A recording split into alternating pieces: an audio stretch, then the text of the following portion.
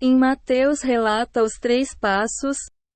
Quando o irmão comete um pecado, se por fim não escutar nem a igreja, será considerado apenas como gentil, isto é, não é mais um irmão na fé. Nenhuma punição lhe será aplicada, apenas será considerado pela igreja como não sendo mais um irmão na fé. É claro que se não é mais um irmão na fé, não poderá exercer atividades na igreja. Mas se ele se declarou arrependido, não se deve aplicar nenhuma disciplina, exceto a disciplina que já foi aplicada, no sentido de orientação da conduta cristã. Qualquer disciplina, exceto orientação. A igreja volta a estar sob o jugo da lei. Cristo é o fim da lei, para que, pela fé, podemos praticar a justiça, e a fé é que o sacrifício de Cristo cobre os nossos pecados, quando estamos arrependidos.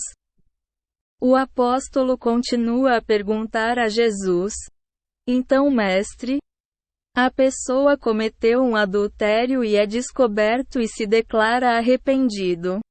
Nós o perdoamos. Mas novamente ele comete outro pecado. Devemos perdoar nosso irmão 7 vezes? O mestre respondeu: não digo 7 vezes, mas 77 vezes. 490 vezes. Isso significa que se o irmão cometer 77 vezes adultério e se declarar arrependido, a igreja tem que aceitar e perdoá-lo. Isso porque Cristo é o fim da lei, e para punir teríamos que nos basear em uma lei. Aí estaríamos voltando novamente para o jugo da lei. A disciplina no sentido de punir não deve existir na igreja, mas sim a disciplina no sentido de orientar, e quando se diz que um cristão não pode fazer tal coisa, pode doer, mas não se aplica punição e sim orientação, e o irmão aceitando, está perdoado.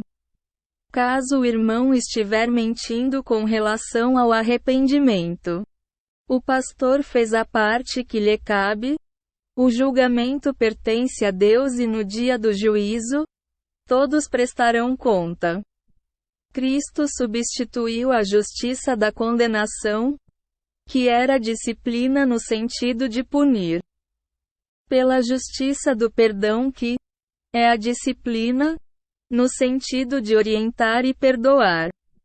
Se o seu irmão pecar contra você, vai a sós com ele, mostre-lhe o erro. Se ele o ouvir, você ganhou seu irmão.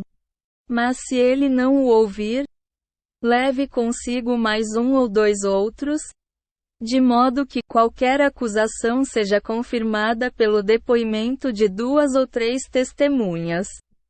Se ele se recusar a ouvi-los, conte à igreja. E se ele se recusar a ouvir também a igreja, trate-o como pagão ou publicano. Mateus 18:15-17, NVI. Então Pedro aproximou-se de Jesus e perguntou: Senhor, quantas vezes deverei perdoar a meu irmão quando ele pecar contra mim? Até 7 vezes? Jesus respondeu: Eu lhe digo, não até 7, mas até 70 vezes 7. Mateus 18:21-22, NVI. Porque o fim da lei é Cristo, para a justificação de todo o que crê. Romanos 10:4, NVI. Porque não há punição, porque todo cristão tem que agir pela fé e pelo amor, voluntariamente. Se aplicamos uma punição, estamos sob o jugo da lei, e o irmão estará agindo sob compulsão, influenciado pela punição e jugo da lei e não pela fé e pelo amor.